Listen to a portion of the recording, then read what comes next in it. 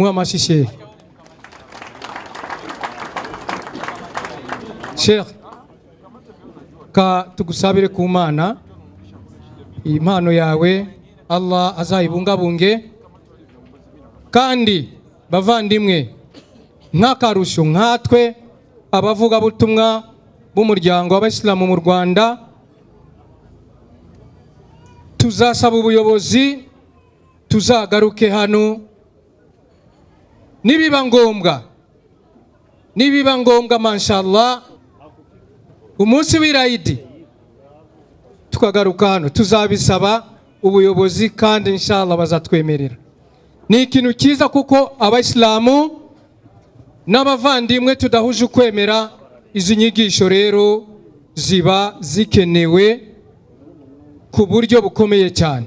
Reka rero dushimire Sheikh, mbibutsa ko izi nyigisho abavandimwe bari ku buhanga mu ibyuma muzikeneye tuzazitunganya neza inshallah kugira ngo muzazibike neza, muzaje muzibutsa abana bacu abana banyu kugira ngo bazabe imbaraga z'igihugu koko. Bityo rero tudatinze nabamenyeshaga ko turi kumwe na Qadhi wacu hano nawe yahageze yafata mikro akabatorera salamu gusa kugira ngo dukomeze gahunda zacu. Assalamu alaikum wa rahmatullahi wa barakatuh. Wa alaikum assalam wa rahmatullahi wa barakatuh. Na gahunda noneho ikurikiyeho nuko dufite nk'ibi biganiro n'umuvandimwe Pastor Fire n'abandi ba pastor tuza tuganira nawe hirya no hino mu mihazara nyinshi dukora hirya no hino, ntabwo turyama amanywa nijoro, akazi kacu ni dawa. Dushimira n'ubuyobozi bwacu mashallah buradushigikiye muri iyo nzira ya dawa, tubasabira ku Mana ko yazabibahembera ku munsi w'imperuka. Gahunda ikurikiyeho rero reka duhe ijambo amiri wacu, nubwo hari abantu benshi bashaka kuza hano bagafata iyi mikro kugira ngo bashimire Sheikh kuri iki kiganiro. Harimo n'umusaza wacu hariya yabinsabye yenda tumwe umunota umwe kugira ngo ashimire Sheikh mbere yuko amiri afata ijambo. Muze tafadhali umunota umwe iminota ibiri, karibu sana.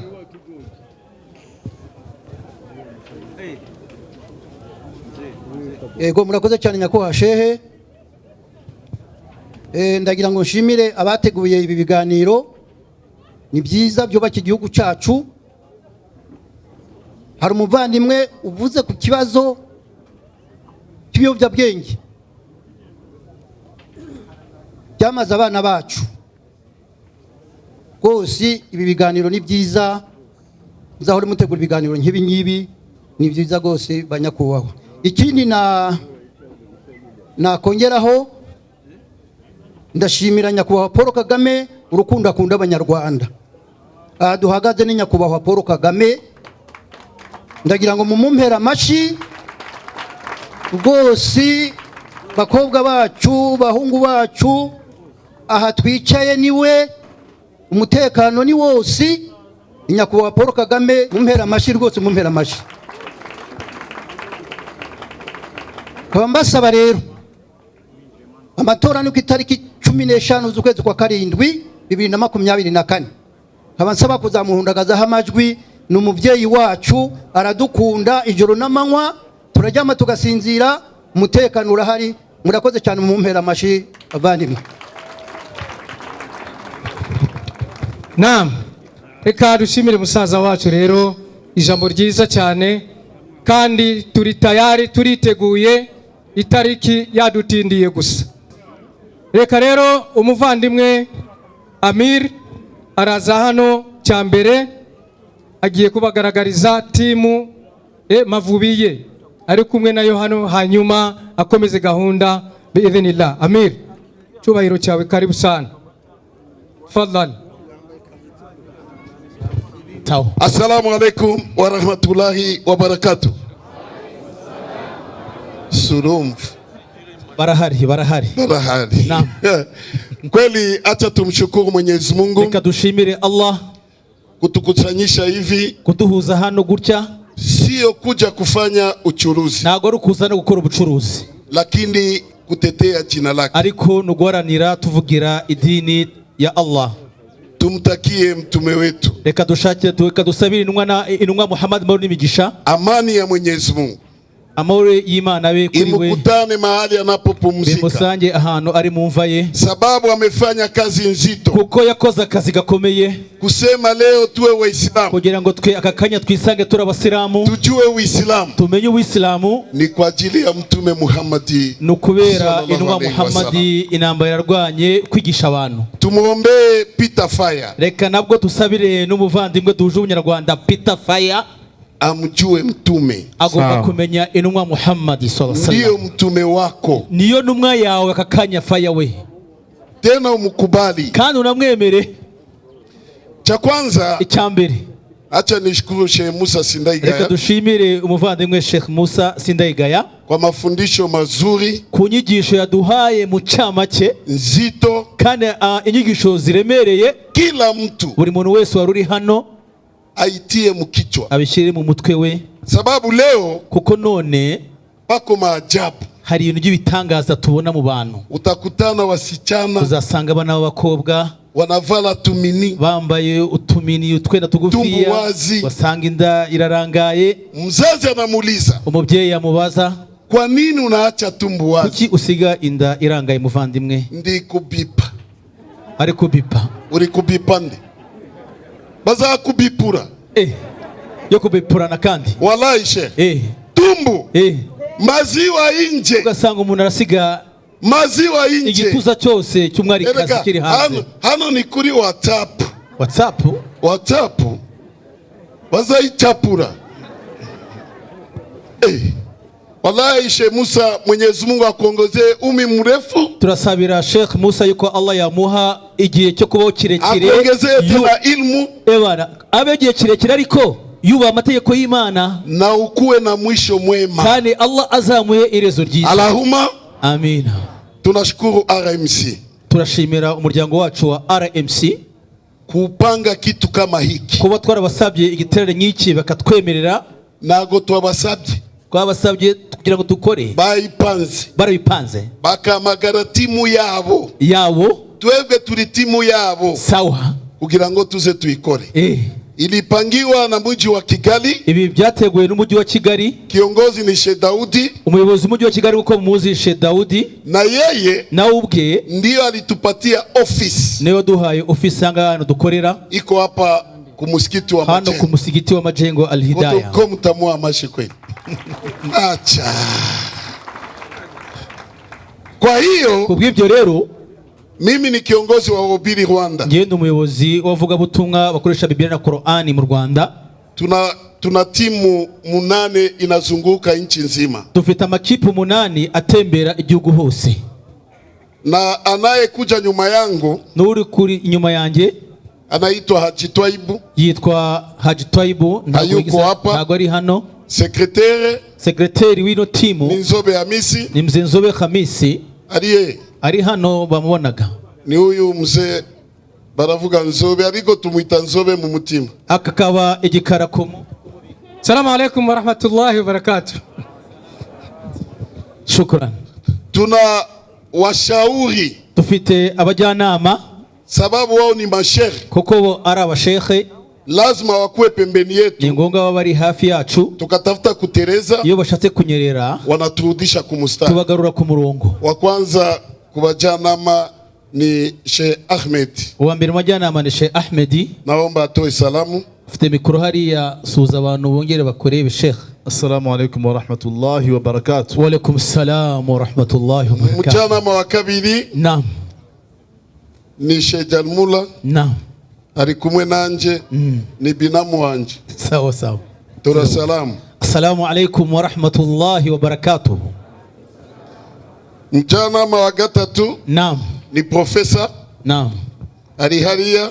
Assalamu alaikum wa rahmatullahi wa barakatuh. Wa alaikum salam. Uwo ashobora kukusomera Bibiliya atareba muri Bibiliya. Yego. Icyo kintu nafaya ntago ashobora kubikora.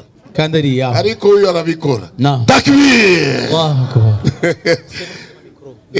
Turi kumwe n'undi muvugabutumwa ari hano. Yego. Yaragiye kuba padiri ariko Imana yadufashije akasubira inyuma. Idi Munyanguzi ariye. Munyanguzi ari.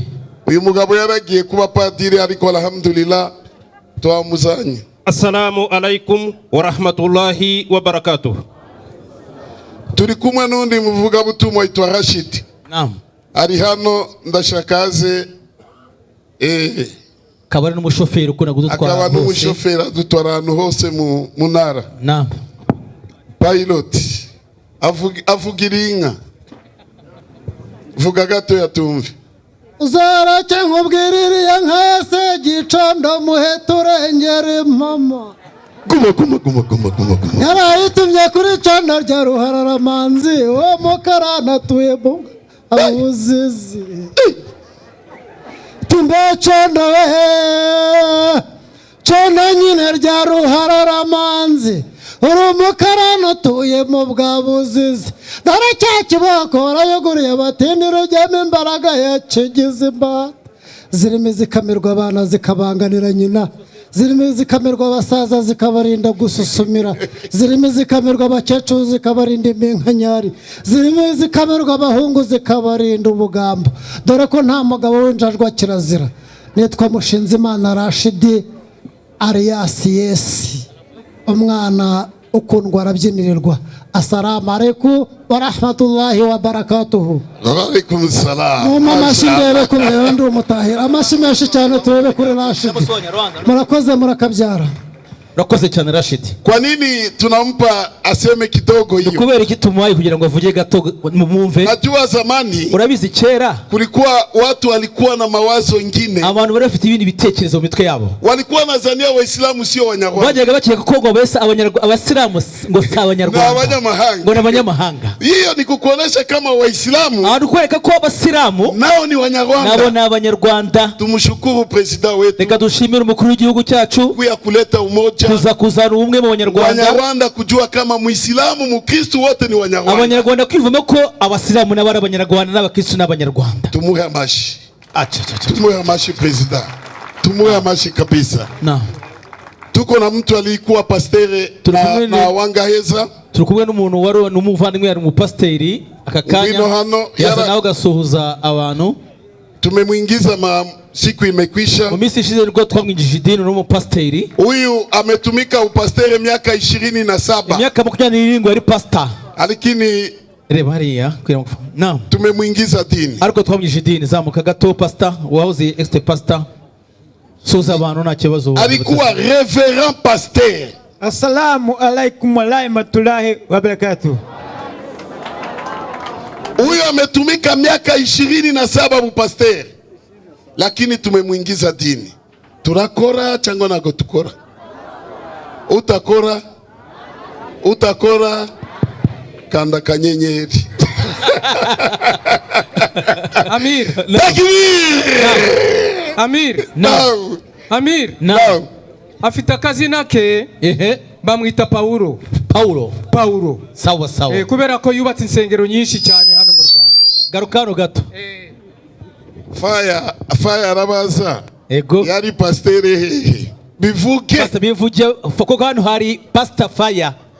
Bivuge aho wakoze. Nitwa Pasteur Ntawangaheza Theoneste.